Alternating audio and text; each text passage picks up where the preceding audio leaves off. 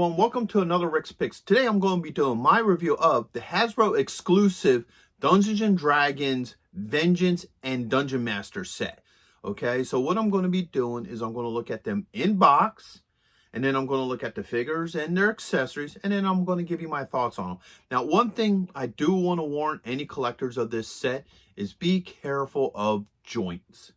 And the reason I'm saying that is because I have had issues with the joints. If you see my Diana video, you can, see how she broke on me.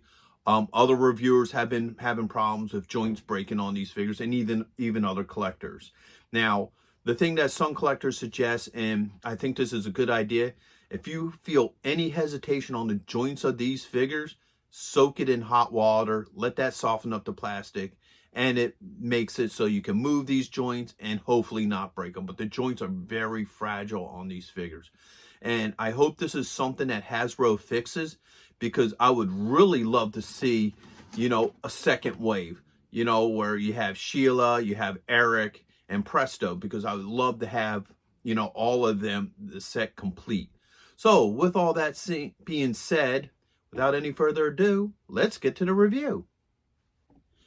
So here they are in box. I love the artwork to the front of this. This is really nice. I love how they have the roller coaster. You got Venger here. You got the Dungeon Master there. You got your warnings, your age restriction, the Hasbro logo. Then you get this nice picture of the two figures. So I do like this front art. This is really nice. Come to this side. You got another nice picture of, the two figures that are inside. Spinning around this way. You get this nice piece of art here where you have the two figures. They come with a backdrop, so that's going to be neat. They're accessories. Everybody else has part of this lineup. And then you get some legal under here. So you spin it around to this side. You get a skew. You get this weird angle here where you got the D&D logo. And in the top, you got your D&D logo. And the bottom is more legal. So, let's get this bad boy open. Hey, are you going to be in the Philadelphia area between September 9th and 10th? If so, check out RetroCon. It's affordable. They have lots of great vendors. There's going to be cosplay competitions, celebrities, and much, much more. So go ahead and check out the link in the description. And also, Samuel J. Jones is going to be there, better known as Flash Gordon. So check it out. Okay, so first up is the Dungeon Master. He's a really cool looking figure. He really captures the character well. One of the things I did like about the old cartoon is that they try to make a connection between the game and the cartoon. So the Dungeon Master is actually a playable character in the game. And how it works, the quick of it is, you would have a group of people playing as your main character. So they get to pick whether they want to be fighters, magicians, thieves, elves, orcs, human, whatever your players decide that they want to be. And then one person has to be the Dungeon Master.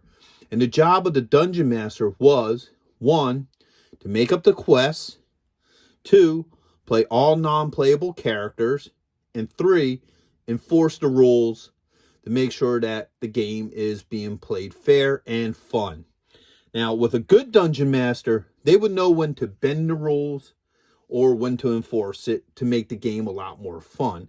And unfortunately, in modern age, where now they make computer game versions of these, you miss out on that. You don't have that gray area. It's the computer controls it, and you have to make the quest according to. And as much as we all love computer games, it'll never catch the imagination of a group of friends sitting around a table and playing these kind of games, whether it be Dungeons and Dragons, Rifts, Warhammer 40K, or whatever. Computer games just don't catch that like the old days of playing around a table. So with all that bit of information over and done with, let's get a look at the figure. So let's give them the rotation. All right. He's a pretty solid figure. He has a bit of weight to him. He does have a few points of articulation, so his head does go back and forth. He has a shoulder joint and a wrist joint. So that's pretty much most of what this figure is. He doesn't really need to do a lot because he didn't in the cartoon. So with him done, let's take a look at Vengeance. All right. So here we have Vengeance. He's an impressive looking character. He was always, really impressive in the cartoon. He had a sense of presence. I feel like this figure has that. So let's give him the rotation. All right. And there he goes. He does have a couple points of articulation, all right? And some of them are in weird spots. So, as any figure, his head does turn a little bit, not a lot, but just enough. He does have a shoulder joint, but unfortunately, the way how his cape works, you don't get much movement out of that. He does have an elbow joint, okay? And he does have a wrist joint. Get that back into place. He has a swivel, all right at the torso. Now, here's where the joints get weird.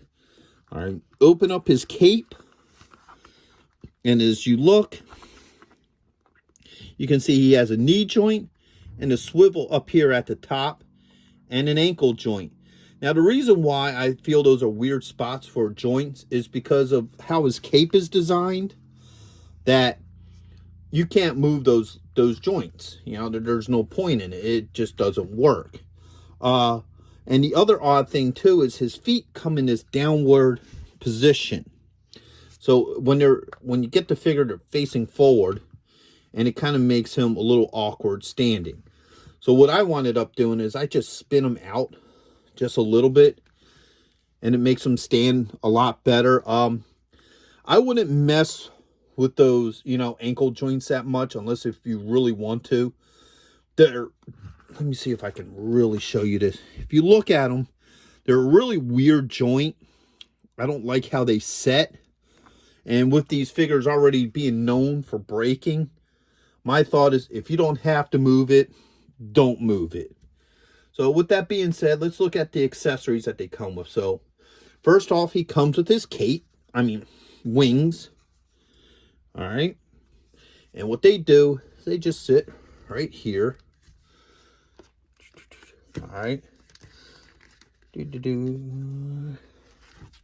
Now, you might have to play with them a little bit, because if you look in here, look in this hole, you can see that this doesn't completely line up with the hole in his back. So you have to push the cape up, it looks like,